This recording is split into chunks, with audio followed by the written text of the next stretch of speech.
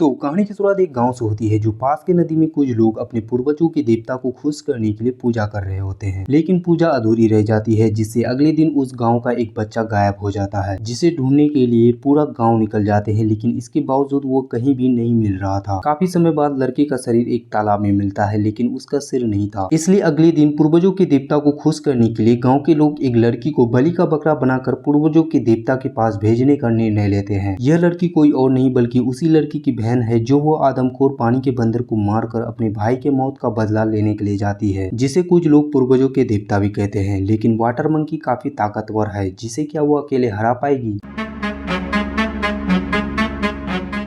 तो hello everyone, कैसे हैं आप सब? Welcome back to another samora explanation video guys. आज के इस वीडियो में हम लोग देखने वाले हैं पानी के बंदर की कहानी को, जिसमें पानी में रहने वाला एक जानवर है जो इस इलाके के लोग उसे पूर्वजों के देवता के रूप में जानते हैं।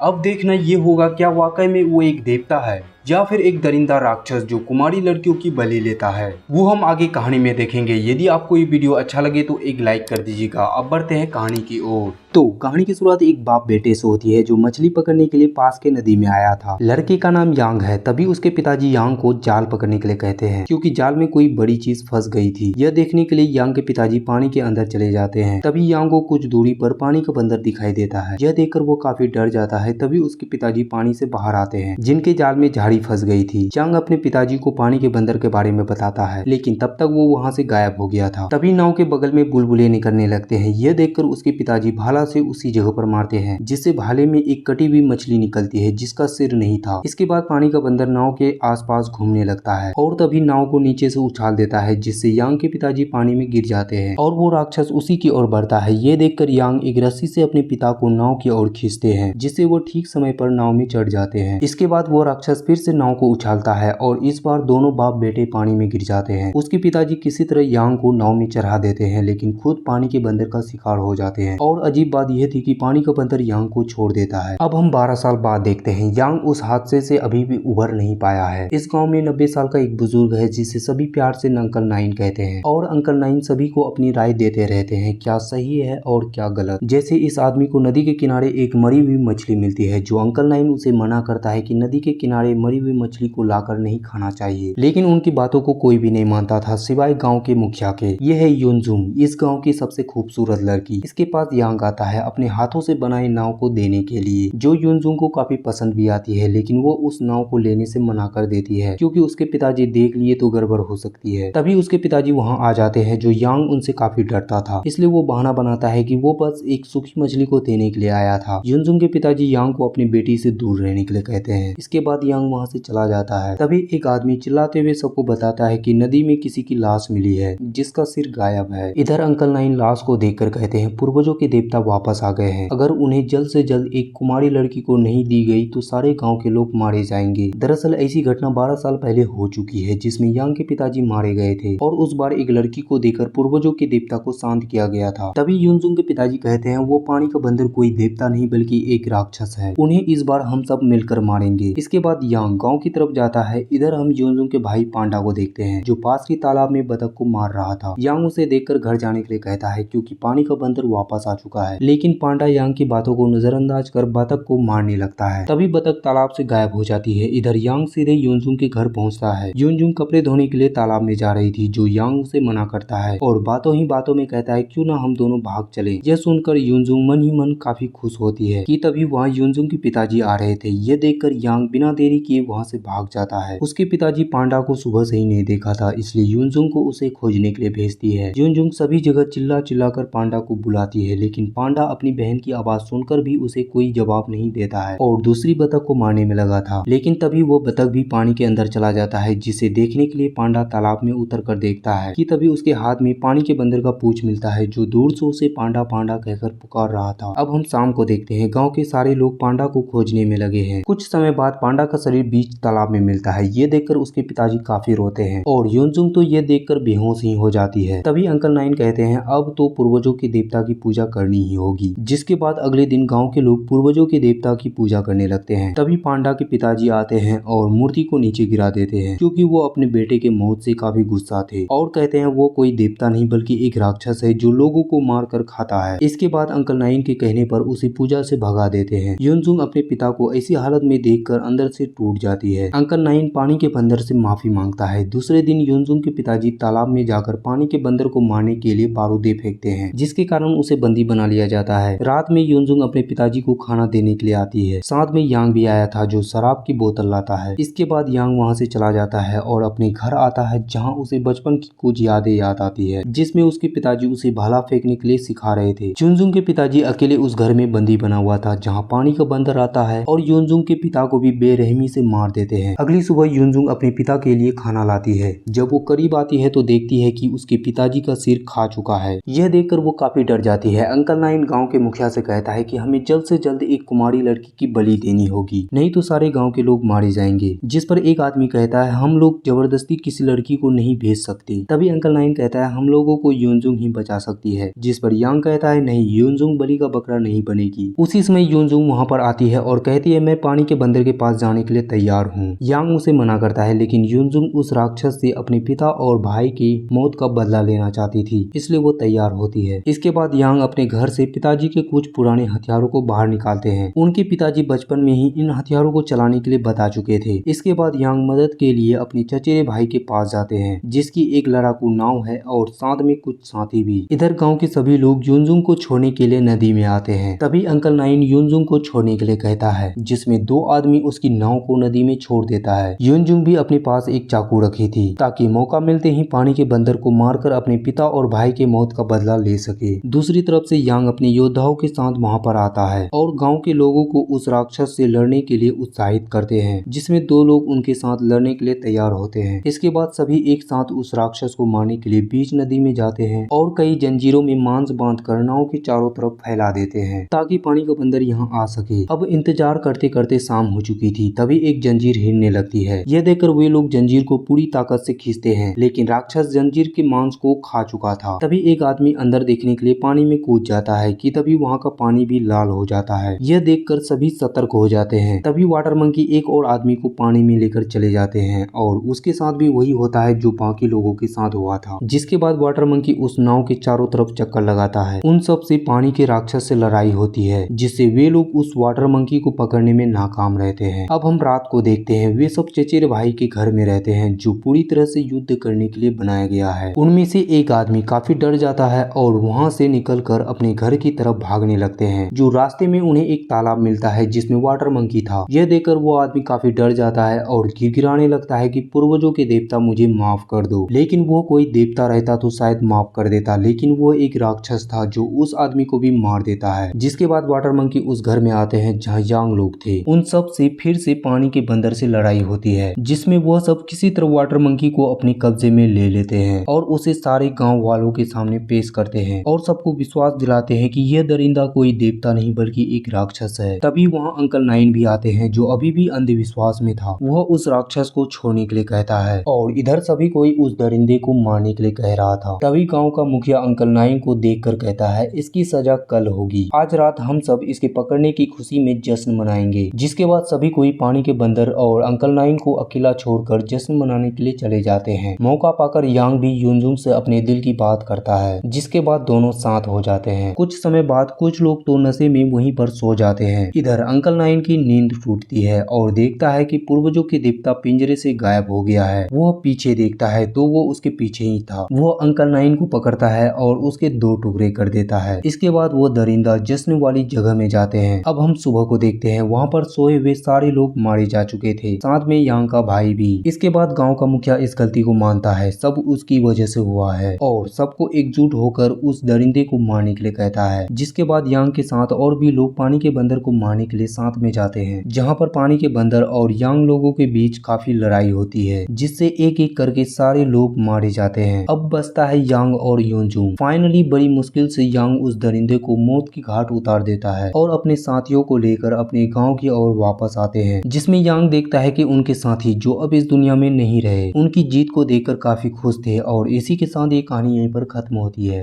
तो गाइस आपको ये वीडियो कैसा लगा प्लीज कमेंट करके जरूर बताइएगा। साथ में आपको किस टाइप की कहानियां पसंद है हमारे साथ शेयर जरूर कीजिएगा। और आप अभी तक इस वीडियो को लाइक नहीं किए हो तो प्लीज एक लाइक करके इस चैनल को सब्सक्राइब कर लीजिएगा। आपसे मिलते हैं जल्द ही नए वीडियो में नई कहानी के साथ।